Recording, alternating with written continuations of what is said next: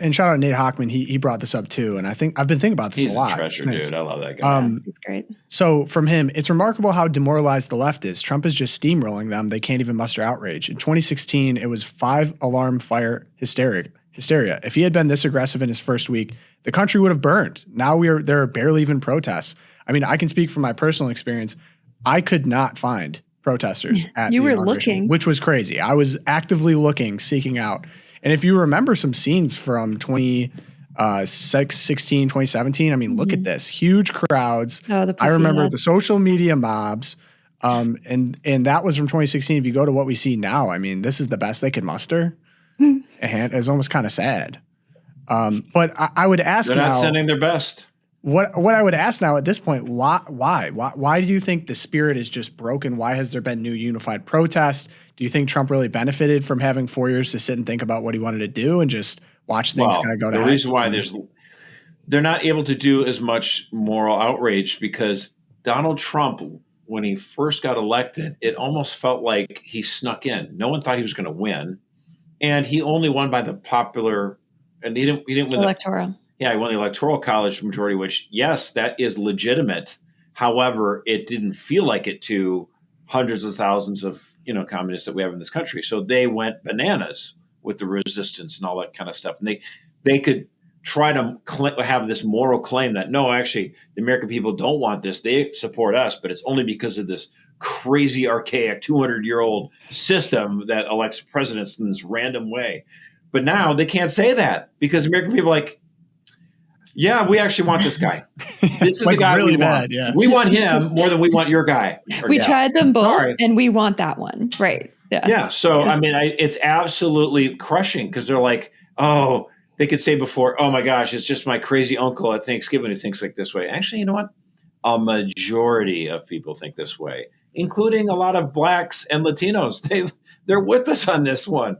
Oh my gosh. Well, and I think a big part of it too comes from the leadership of the Democratic Party and the mouthpieces right over at CNN, MSNBC. I think that the rhetoric was so hard. It was so terrible against Donald Trump. It was like Hitler, Hitler, Hitler. You're all going to detainment camps. He's going to erase LGBTQ people from the world. And then what we're actually seeing is so different.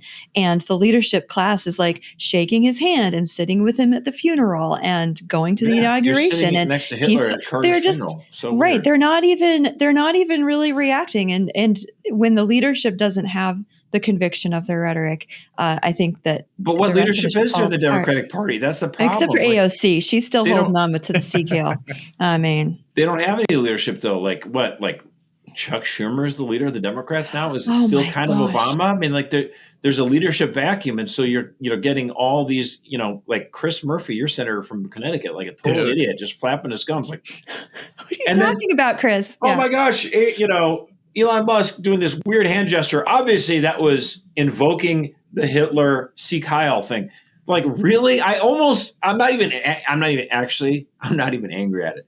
Keep going with that playbook, you idiots, and we will destroy you. Like, really? This autistic, genius is like doing this weird hand wave. I mean, we saw him at the Butler rally. We like jumped up. Like, I mean, if it was any other guy, we would have kind of questioned your sexuality. You know what I'm saying? But the fact of the matter is, go with this. If you want to keep drinking from that well, give me a break. We will just have to keep crushing you. Yeah, and I saw Trump spoke at Davos, which is just hilarious at the World Economic Forum. First off, just so good. It's a couple good moments in there. I think I have one maybe from my Twilight Zone.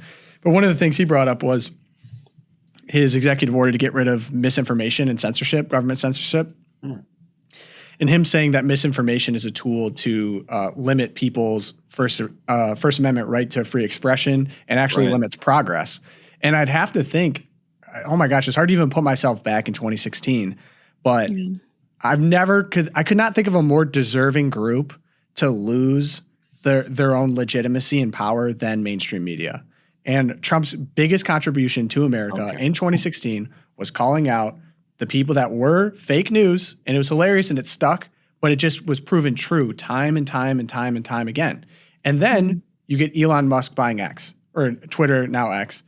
And it just feels like slowly this grip on media is lost, and all the things that we were told about Trump turned out to be lies for the most part.